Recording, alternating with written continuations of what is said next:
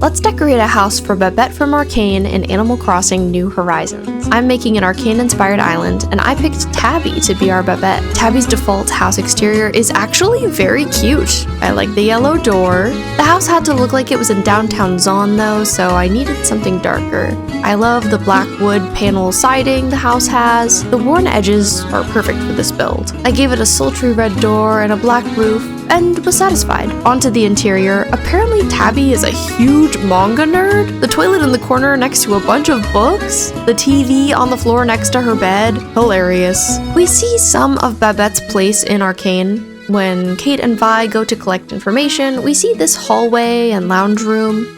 We also see Babette's office when Vi sits down to chat with her. I wanted to try and recreate all of these areas as best I could. When picking out the wallpaper and flooring, I was going for rich reds and purples like Babette's office.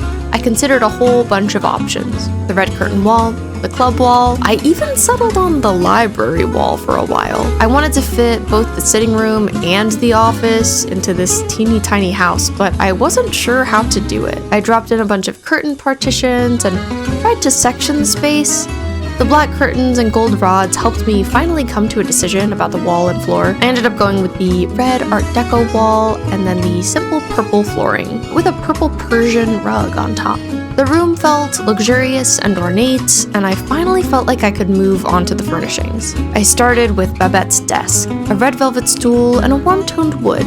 The elegant lamp in red was a pretty close match to her actual lamp in the show. I made the room lighting a deep pinky red, like it is in the show. I added in some accessories, a stained glass overhead lamp, a plant, some notes on the desk, etc. I then started working on the lounge area. The Moroccan sofa in blue was a good color match to the one in the show, and I felt like the colorful embroidery on it was a nod to the flowers in the reference image I was using. I added another ritzy couch and a coffee table with fancy little drinks. I considered adding some kind of hot tub or bath, but there just wasn't enough space. I hung portraits of Babette's top performing employees on the wall behind her desk. Originally I had the red curtain wall here, but realized photos hanging on a curtain wall just didn't really make sense, so I swapped it out for a sturdier feature wall. I ended up bringing the hot tub back.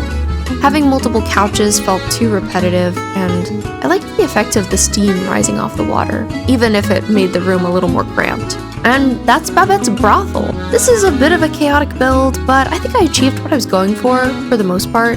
I managed to reference both of the areas I wanted to from the show, and created a low-lit, sexy space for my villagers to hang out. What do you think? Is it too cluttered or just right?